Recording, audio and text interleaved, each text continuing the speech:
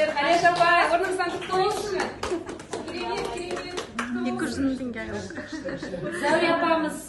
Зәуре апамыз 203 мың теңгеге шықты. Супер. Зәуре апай бұл келмеді. Құттықтаймыз сонда да қошемет Зәуре апай үшін. Осында отырған Ағзияш апамыздың жалақысы 75 мың теңге. Ағзияш апай.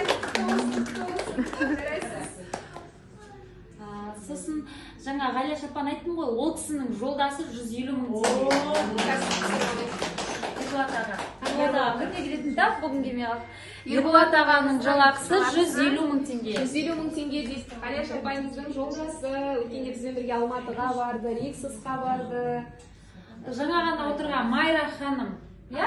Майра ханым бір ағайда лидер болды, ол кісінің лидердегі алғашқы зарплатасы 175 мың теңге.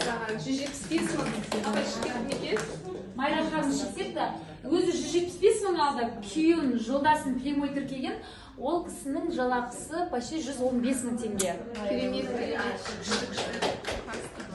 175 мың болды, астан неше